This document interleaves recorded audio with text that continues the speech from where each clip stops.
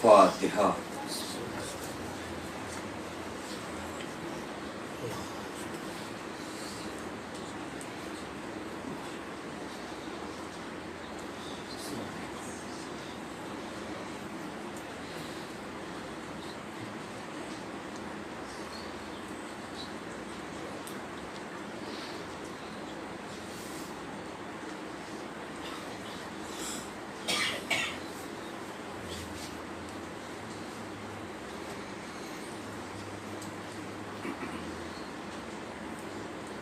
لا حول ولا قوة إلا بالله العلي العظيم۔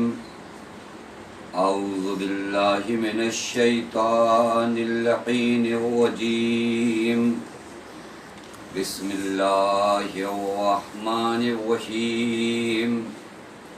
الحمد لله الذي علا في توحده ودنا في تفرده وجلا في شانه وعظما في أركانه وقهر جميع الخلق بقدوته وبرهانه، ثم الصلاة والسلام على أشرف الأنبياء والمرسلين، حبیب الہ العالمین، مولا و مولا الثقلین، جد الحسن والحسین، مولانا ابی القاسم محمد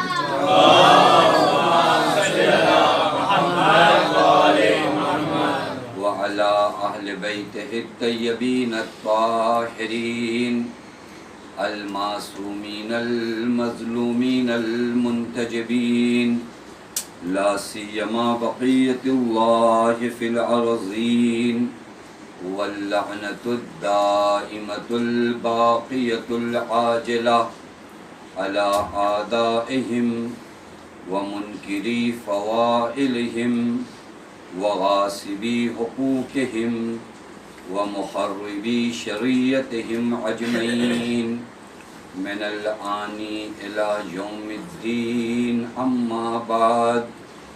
بسم اللہ الرحمن الرحیم۔ ومن المؤمنین رجال صدقوا ما عاهدوا اللہ، فمنهم من قضى نحبه ومنهم من ينتظر وما بدلوا تبدیلا۔ صلوات پڑھیں محمد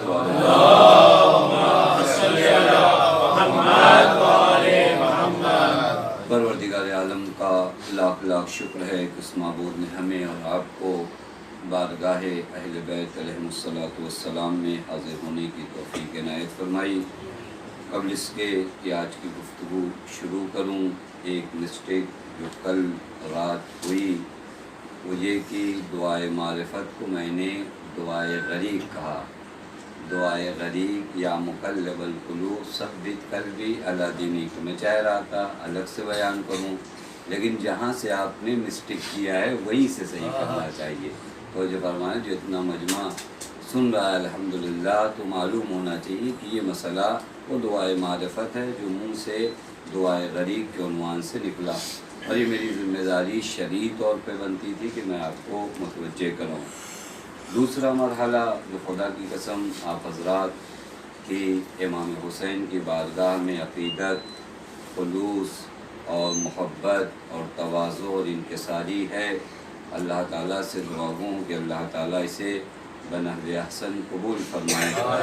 یہ در اہل بیت علیہم الصلوۃ والسلام ہے میرے دوست و عزیزو، یہاں پر جو کچھ بھی ہم کرتے ہیں کم ہے، یعنی اگر آپ غور فرمائیے، جتنی چونکہ گفتگو بھی ہماری چل رہی معرفت کی، جتنی معرفت بڑھتی جائے گی اہل بیت کی، اکڑ نہیں آئے گی، اتنا تواضع آتا جائے گا۔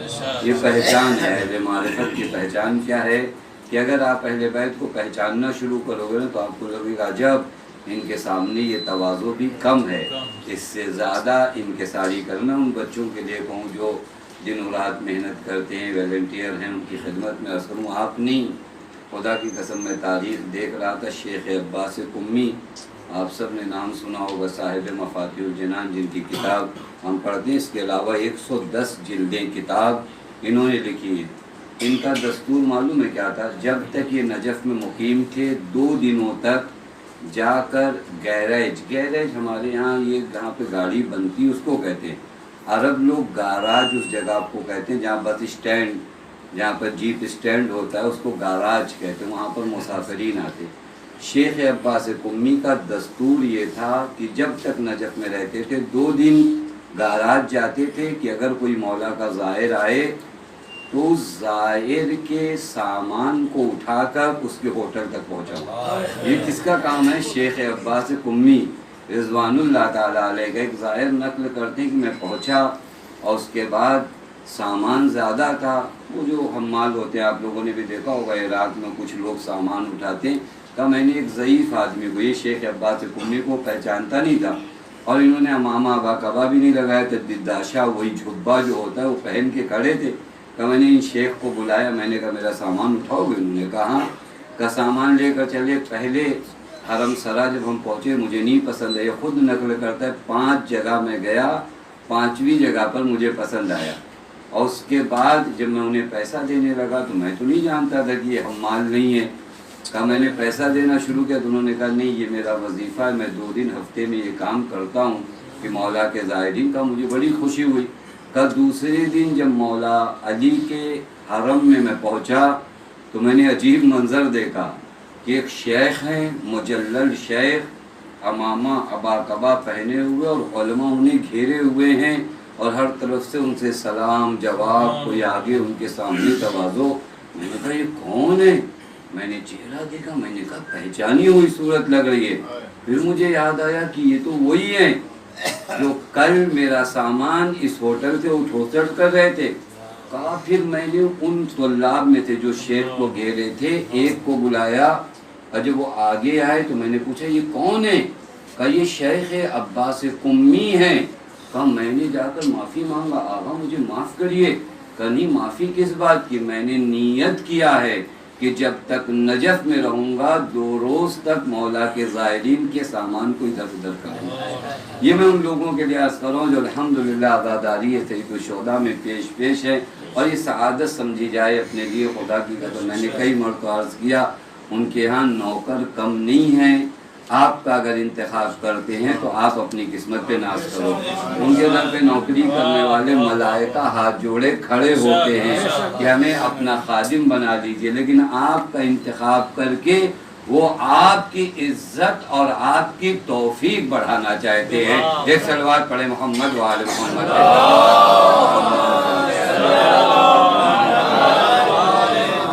اور جو کل آپ کی خدمت میں عرض کر رہا تھا، بہت اہم مسئلہ جو شہداء کربلا علیہ السلام کی زندگی میں دیکھنے کو ملتا ہے، وہ معرفت شہداء کربلا ہے، اور یہ وہ اہم رکن ہے، یہ وہ اہم رکن ہے کہ اگر معرفت نہ حاصل ہو تو یاد رکھیے گا امام معصوم کے ساتھ آپ نہیں چل سکتے۔ جب تک بھی معرفت نہیں آتی انسان امام معصوم کے ساتھ چلنے کا دعویٰ تو کرتا ہے لیکن امام معصوم کے ساتھ نہیں چل پاتا۔ میں اپنی بات کی تائید کے لیے زیارت عاشورہ پڑھتا ہوں۔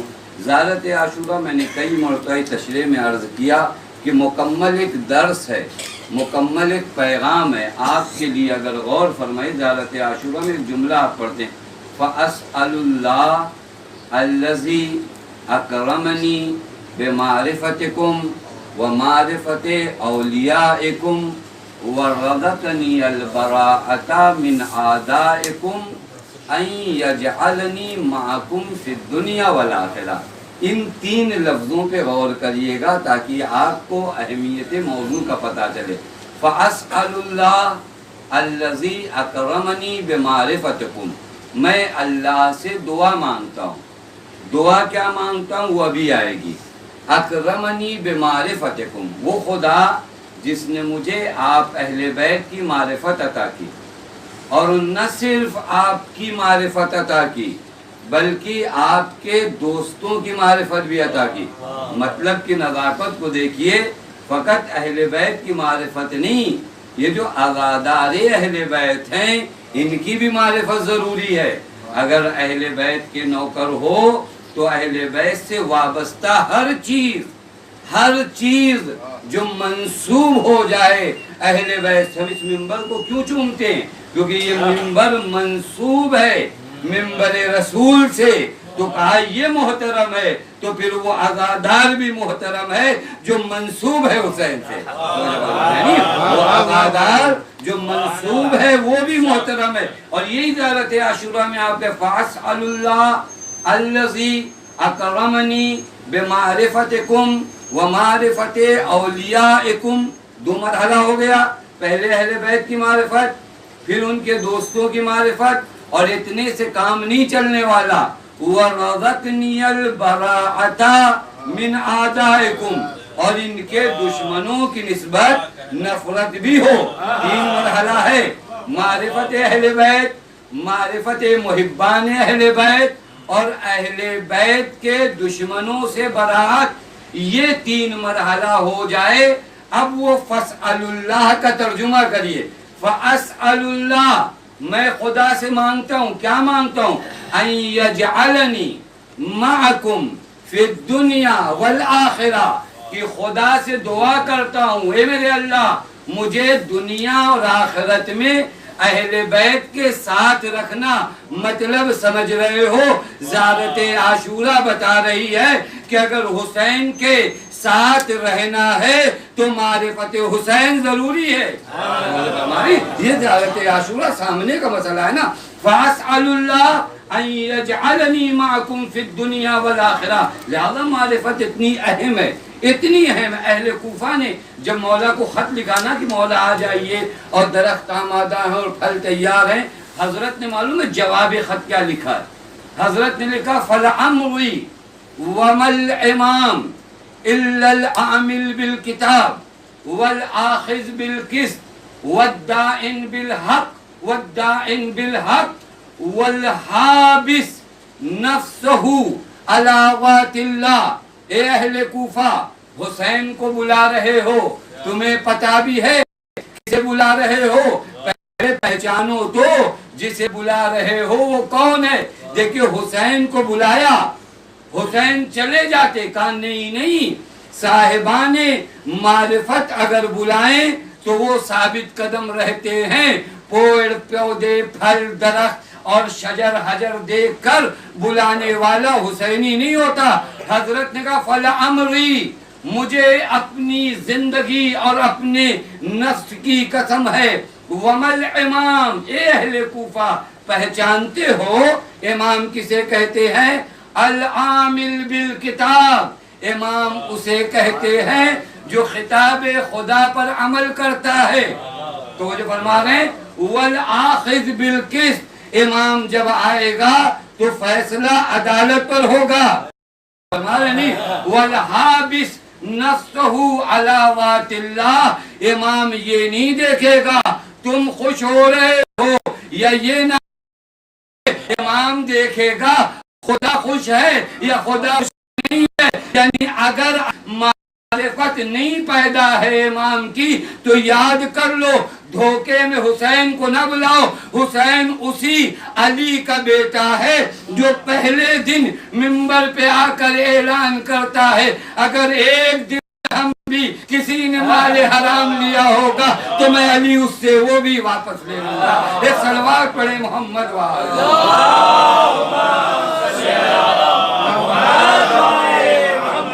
اور یہیں پہ بریکٹ میں عرض کروں گا آپ بھی علاجل کہتے ہو اور بلا رہے ہو ایک حسین کو، اور الحمدللہ اس فرش مجلس کی برکت ہے جو یاد امام ہمارے دلوں میں زندہ ہے. لیکن جسے بلا رہے ہو یاد رکھنا وہی علی کا بیٹا ہے. توجہ فرمانے وہی امام آنے والا ہے. وہ آئے گا تو مطابق قرآن عمل کرے گا. اپنی زندگی کو پہلے چیک کر لو کہ تعلیمات قرآن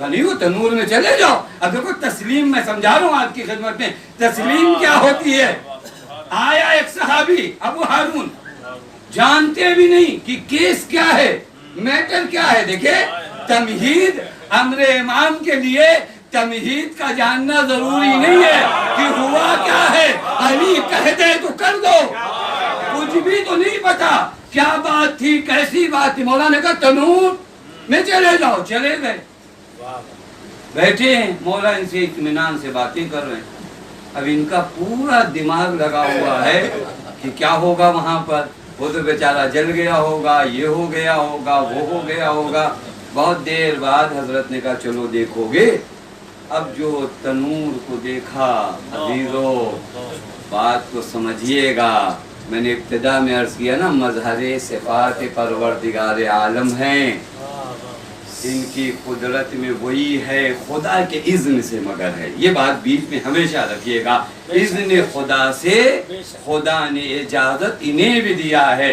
اگر ابراہیم کے لیے خدا آپ کو کہتا ہے یا نارو کونی بردم و سلاما, تو یہ عبد خدا ہیں. ان کے اندر بھی وہی طاقت خدا نے اپنی اجازت سے دے رکھی ہے کہ اگر یہ آپ کو کہہ دیں کہ میرے چاہنے والے کو جلانا نہیں, تو آپ کی مجال نہیں ہے کہ وہ جلا دے. آنے کے بعد دیکھا کہ آرام سے اطمینان سے بیٹھے ہیں.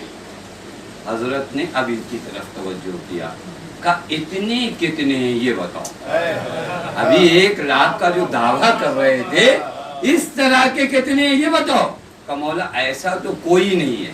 ایک جملہ کہوں آپ کی خدمت میں, بڑی جسارت کروں, صرف اپنے آپ کو نظر میں رکھے. ابھی ہم لوگ بھی یہی تو کہتے ہیں اتنا چاہنے والے موجود ہیں, آتے کیوں نہیں حضرت, ظہور کیوں نہیں. ہم کو لگتا ہے کہ ہم زیادہ تڑپ رہے ہیں, ہم سے زیادہ وہ تڑپ رہے ہیں آنے کے لیے. لیکن بار بار شاید وہ یوسف زہرا بھی یہی کہتا ہو کہ ویسے کتنے ہیں مجھے بتا دو, ویسے کتنے خدا کی قدم. چونکہ آپ کے دل نرم ہے, خدا کی قدم اللہ ان شعراء کو سلامت رکھے جنہوں نے مصائب کے اشعار پڑھ کے آپ کے دل نرم کیے. لہذا میں اس گفتگو کو چھیڑ رہا ہوں کہ جب دل نرم ہونا, آپ جانتے ہیں نرم زمین پر بیج لگانا بڑا آسان ہوتا ہے, اور میرے لیے بڑا آسان ہی ہو گیا جب مصائب آپ سن لیتے ہو, آپ کے قلب کی زمین نرم ہو جاتی ہے, تو میں آپ کی خدمت میں آ کے قول معصوم کی بیج لگانے کی کوشش کرتا ہوں تاکہ یہ پودا بن جائے اور امام زمان تشریف لے آئیں. ایک سوال پڑھیں.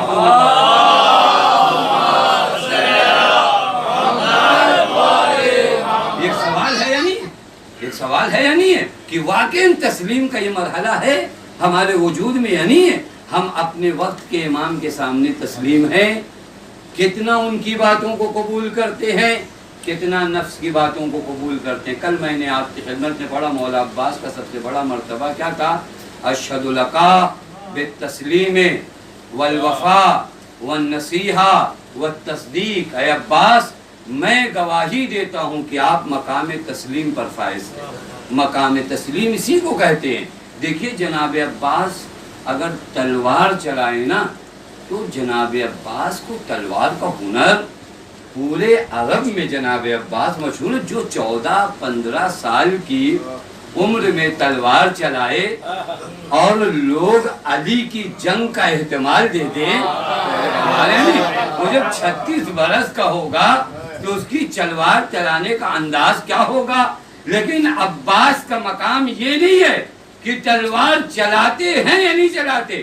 مقام عباس یہ ہے کہ حسین کو کیا پسند ہے. اگر حسین کہیں خیمہ نصب کرو تو عباس کا مقام تسلیم عباس سے کہتا ہے تلوار نیام میں رکھو, خیمے نصب کرو. یہ مرحلہ ہے خدا کی قسم, یہ مقام تسلیم. یہ مقام تسلیم. آپ ایک قلمدار کو کہیے جو تلواریں چلانا جانتا ہو, کہیے جاؤ پانی لے آؤ, بھیا جاؤ مہلت لے آؤ, بھیا جاؤ خیمے نصب کرو.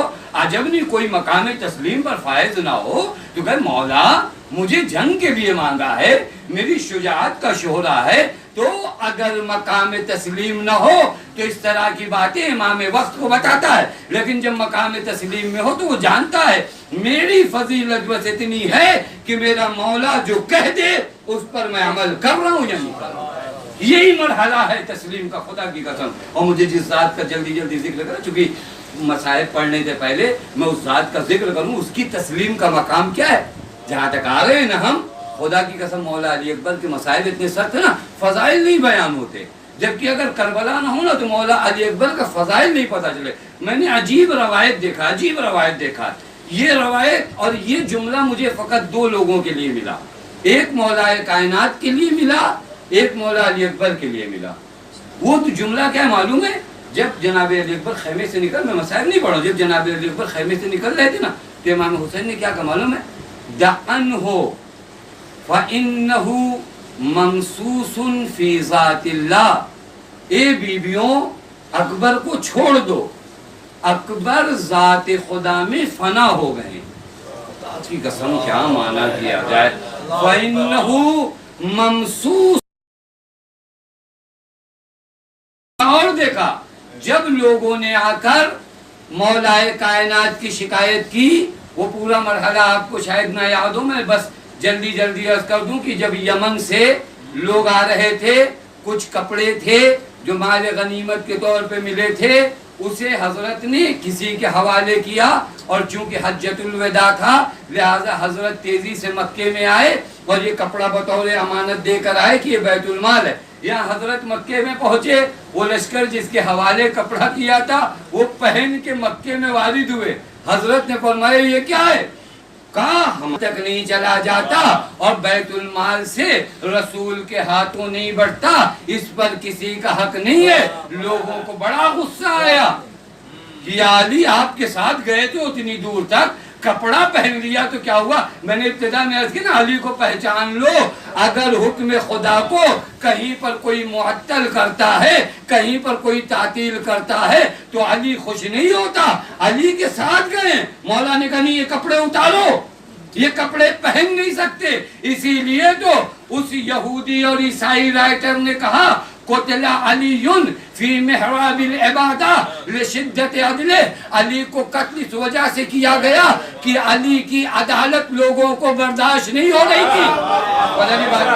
علی کی عدالت وغیرہ علی نے کس کے اوپر ظلم کیا تھا؟ مجھے انصاف سے بتانا، فقط عدالت علی تھی جو لوگوں کو برداشت۔ یہ ساتھ گئے ہوئے لوگ آئے رسول کے پاس، آ کر کہا یا رسول اللہ علی نے تو عجیب کر دیا، ہم ساتھ گئے اور یہاں آئے تو انہوں نے کہا نہیں یہ کپڑا پہن نہیں سکتے، یہ بیت المال۔ وہاں پیغمبر نے فرمایا وَلَا تَسُبُّ عَلِيًّا فَإِنَّهُ مَمْسُوسٌ فِي ذَاتِ اللَّهِ، علی کو برا بھلا مت کہنا، علی کو یہ پرواہ نہیں ہے تم ناراض ہوتے ہو یا خوش ہوتے ہو، علی کو یہ پرواہ ہے میرا خدا خوش ہے یا میرا خدا خوش نہیں ہے۔ یہی جملہ حسین ابن علی نے علی اکبر کے لیے کہا دعنہ فَإِنَّهُ مَمْسُوسٌ فِي ذَاتِ اللَّهِ، اکبر کو چھوڑ دو، اکبر فنا فی اللہ ہو چکا ہے۔ واقعی یہ مولا علی اکبر کا بہت بڑا فضائل ہے کہ حسین آ کر جواب، کوئی معمولی مرحلہ ہے، میرے بچے جانتی ہیں جملے مسائل میں پڑھے جاتے ہیں، وہ کہنا خدا کی قسم فضائل علی اکبر کے ایسے ایسے باب ہیں۔ مولا کیا فرماتے؟ مولا فرماتے اللہم اشہد، میرے اللہ تو گواہ رہنا، قد برغ الیہم غلام اشبہ الناس خلقا و خلقا و منطقا برسولک۔ یہ پوری مجلس آدمی پڑھے کہ حسین فرما رہے ہیں۔ میں نے صبح بھی عرض کیا تھا معصوم مبالغہ نہیں کرتا، معصوم کے ایک ایک جملے بڑے قیمتی ہوتے۔ کیا فرمایا؟ اللہم اشہد، میرے اللہ تو گواہ رہنا، قد برغ الیہم، میں اس قوم جفاکار کی جانب کسے بھیج رہا ہوں؟ غلامن، اس جوان کو بھیج رہا ہوں، اشبہ الناس، جو لوگوں میں سب سے زیادہ شبیہ ہے، کس سے؟ تیرے رسول سے۔ کن چیزوں میں؟ خلقن، خلقن، منطقن۔ بچوں کے لیے معنی کر دوں، خلق اور خلق دونوں کا مسئلہ الگ الگ ہے۔ خلق میں شبیہ ہونا یعنی چہرہ رسول جیسا ہونا، آنکھیں رسول جیسی ہونا، بال رسول جیسے ہونا، اس کو کہتے ہم شکل پیغمبر. ہمارے اردو میں جو ترجمہ کیا جاتا ہے ہم شکل پیغمبر، اسے کہتے خلقن. لیکن حسین نے اتنا نہیں کہا کہ خلقن اکبر شبیہ رسول ہیں، بلکہ مولا فرماتے وہ خلقن، وہی اخلاق جو رسول کا ہے، وہی اخلاق اکبر کا ہے. اب مانا آپ کرو، اخلاق پیغمبر کو قرآن کہتا وَإِنَّكَ لَعَلَىٰ خُلُقٍ عَظِيمٍ. اے میرے حبیب تیرا اخلاق عظیم ہے. اور آسان کروں، کائنات کو پوری دیکھ لیجئے، اس پوری کائنات کو قرآن کیا کہتا ہے معلوم ہے؟ وَمَا مَتَاعُ الدُّنْيَا إِلَّا قَلِيلٌ. یہ پوری دنیا قلیل ہے. قلیل کا معنی ہوتا ہے کم. اتنی بڑی دنیا کو قرآن کہتا ہے قلیل. اخلاق پیغمبر کو قرآن کہتا ہے عظیم. قلیل اپوزٹ ہے عظیم کا، یعنی اخلاق پیغمبر کو قرآن کیا کہتا ہے؟ عظیم. پوری دنیا کو قرآن کیا کہتا ہے؟ قلیل. اب آؤ، امام حسین فرماتے اشبہ الناس خلقن و خلقن و منطقن برسولک. اکبر خلق میں بھی، خلق میں بھی، بات کرنے کے انداز میں بھی سب سے زیادہ شبیہ ہیں تیرے رسول سے. عجیب معنی ہے، خدا کی قسم. فضائل اکبر کا اور آسان کروں آپ کی خدمت. یہ جملہ کوئی اور کہے، کوئی اور کہے دنیا کا، تو یہ کہا جائے گا کہ بھائی آپ رسول کو کیا پہچانو. کوئی اگر اور مولا کے علاوہ کوئی کہے تو کہ تمہیں کیا پتا اخلاق رسول کیا ہے، تمہیں کیا پتا شباہت رسول کیا ہے. یہ تو وہ کہہ رہا ہے جس کے بارے میں خود رسول نے کہا ہے حسین منی وانا ملا. یہ گویا حسین نہیں کہہ رہے ہیں، اور آسان کرتا ہوں، یہ گویا حسین نہیں کہہ رہے ہیں، کربلا کے دشت میں خود رسول آ کر کہہ رہے ہیں میری شبیہ کو خلق و خلق و منطقاً دیکھنا ہو تو اکبر کی جانب دیکھو. یہ ہے مقام جناب علی اکبر. عجیب روایتیں خدا کی قسم. کننا اذا اشتقنا الی رسولک، یہ امام حسین کا جملہ ہے. میرے اللہ جب ہم مشتاق ہوتے ہیں، حسین مشتاق ہوتے ہیں رسول کی زیارت کریں تو انظروا الیہ، تو ہم اکبر کی جانب نگاہ کرتے. کوئی معمولی مرحلہ ہے. شہزادہ علی اکبر کس ذات کا نام ہے آپ کبھی غور فرمائیے گا. یہی اکبر کی ایک مقام تسلیم پڑھوں اور آپ کی رحمت کو تمام کروں. مقام تسلیم پر گفتگو چلی، وہ سارا مرحلہ آپ نے سن رکھا ہے نا. جب ایک منزل پر امام حسین نے زین پر سر رکھا اور آپ کی آنکھ لگی تو آپ نے کیا فرمایا؟ انا للہ و انا الیہ راجعون والحمد للہ رب العالمین. جناب علی اکبر آگے بڑھے. یا ابتا مما حمدت اللہ واسترجعتا. اے بابا یہ کلمہ استرجا اور حمد کرنے کی وجہ کیا ہے؟ کیوں آپ نے انا للہ پڑھا اور کیوں آپ نے حمد کیا؟ تو مولا نے کیا فرمایا؟ بیٹا میری ذرا آنکھ لگ گئی تھی، میں نے آواز سنی کہ القوم یسیرون، یہ جو قافلہ ہے یہ جا رہا ہے، والمنایا تسیر الیہم، اور پیچھے پیچھے موت جا رہی ہے. جناب علی اکبر نے فرمایا یا ابتا اولسنا علی الحق. دیکھیں یہ مولا سے سوال نہیں کر رہے ہیں، یہ تسلیم کو بتا رہے ہیں. اکبر جو درس حسین سے لیا ہے وہ واپس کر رہے، بتا رہے ہیں اولسنا، وگرنہ مولا علی اکبر کو اپنے بابا کے حق ہونے پہ کوئی شک ہوگا. اولسنا علی الحق، بابا ہم حق پر نہیں ہیں. فرمایا بیٹا ہم حق پر نہیں ہوں گے تو کون ہوگا؟ اس کے بعد فرمایا اذن لا نبالی، بابا اگر حق پر ہیں، راہ خدا پر ہیں، تو پھر پرواہ کس بات کی کہ موت ہم پر آ جائے یا موت تک ہم پہنچ جائیں. مقام تسلیم کو سمجھیے گا. بابا اگر خدا کی راہ میں موت آنا ہے تو یہ مقام صبر نہیں ہے، یہ تو مقام رضا ہے، یہ تو مقام بشوا ہے.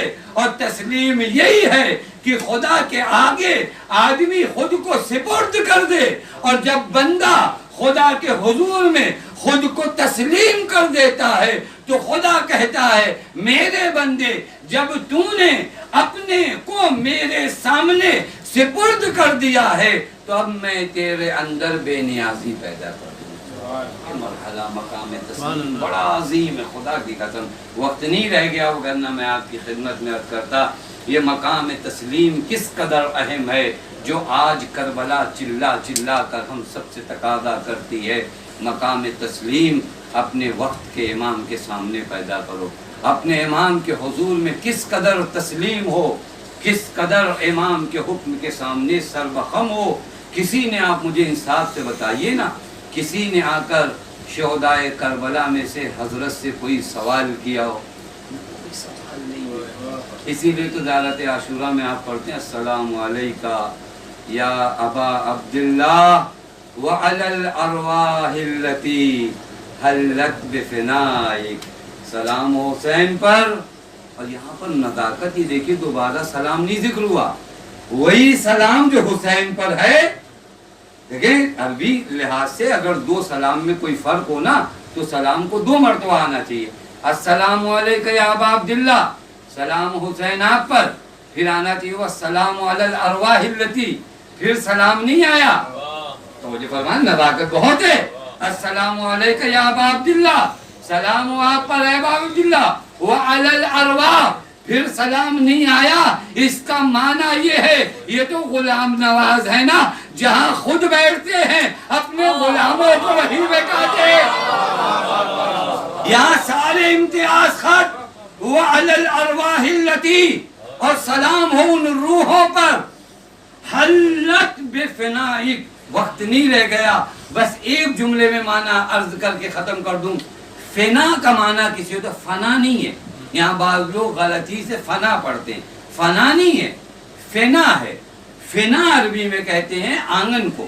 گھر میں ہوتا ہے, گھر کے باہر ابھی تو ہمارے یہاں باہر کی بھی زمین گھیر لی جاتی ہے وگرنہ لوگ ڈسٹرب کرتے ہیں. وگرنہ پہلے زمانے میں کیا ہوتا ہے کبھی بھی گاؤں وغیرہ میں جس کو دروازے کی زمین کہتے ہیں, دروازے کے آگے جو زمین ہوتی ہے اس کو کہتے ہیں فنا, وہ آگے کی زمین. فنا پہ ہوتا کیا ہے, جتنا بھی بار ہو نا, جتنا بھی سامان ہو سب لا کر وہاں خالی کر دیا جاتا ہے.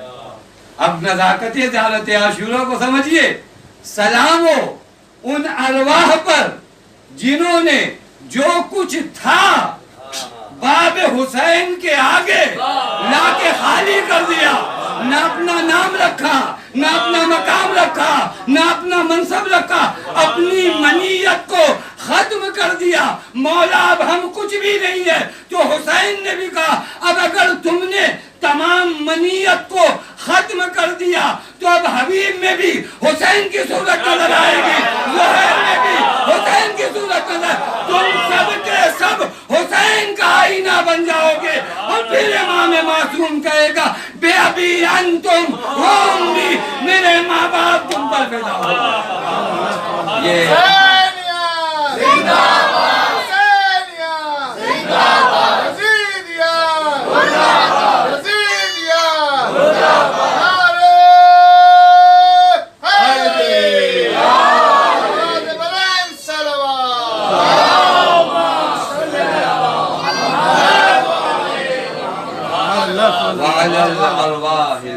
ختم کیا میں نے دوستو عزیزو. آج مجھے جس ذات کا مصائب پڑھنا ہے سب جانتے ہیں, بڑا سخت ہے نا مولا اکبر کا مصائب پڑھنا. سننا بھی سخت ہے, پڑھنا بھی سخت ہے. دن بھر آپ نے مجلس امام حسین برگزار کیا, لیکن ایک جملہ کہوں, ہر مجلس میں ایک ماں بھی ساتھ ساتھ ہے جس کی پسلیاں ٹوٹی ہوئی ہیں. جب بھی تھکاوٹ کا احساس ہونا فوراً اس ماں کو یاد کر لیا کرو, بی بی ہم نے کہاں مجلسیں کی ہے, آپ ہر مجلس میں جا رہی تھی. ہاں الباب ازا اکبر کا مصائب, اللہ مجھے طاقت دے کہ میں مولا اکبر کا مصائب پڑھ سکوں. کتنا سخت ہے اکبر کا مصائب پڑھنا. روایت کے جملے ہیں, آ کر مولا اکبر امام حسین کی بارگاہ میں کھڑے ہو جاتے ہیں اور ایک جملہ کہتے, بابا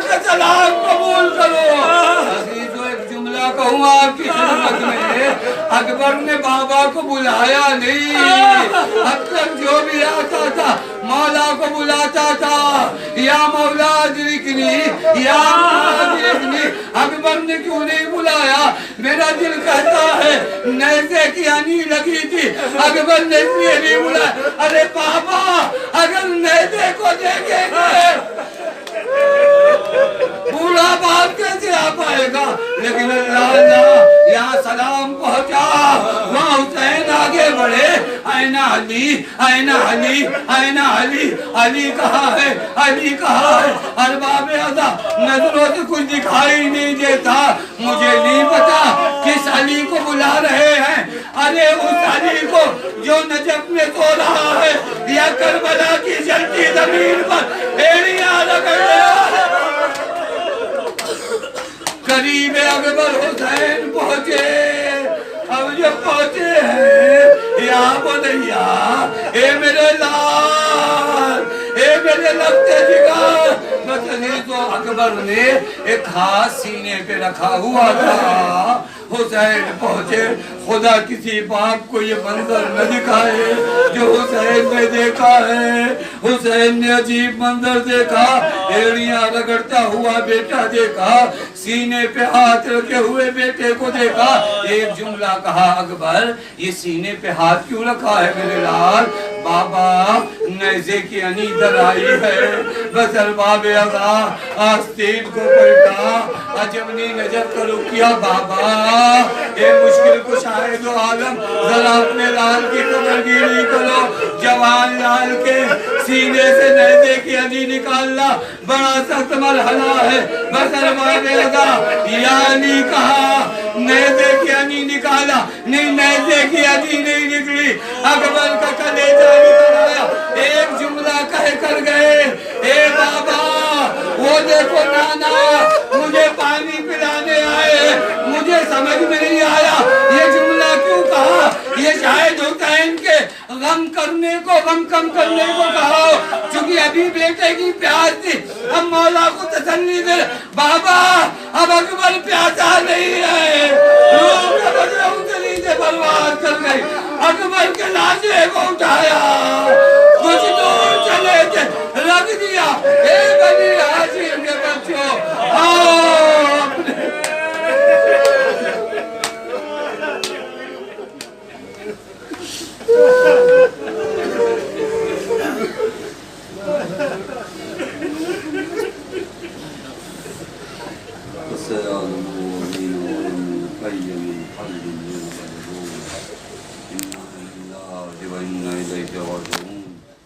رضا بقضائه وتسليما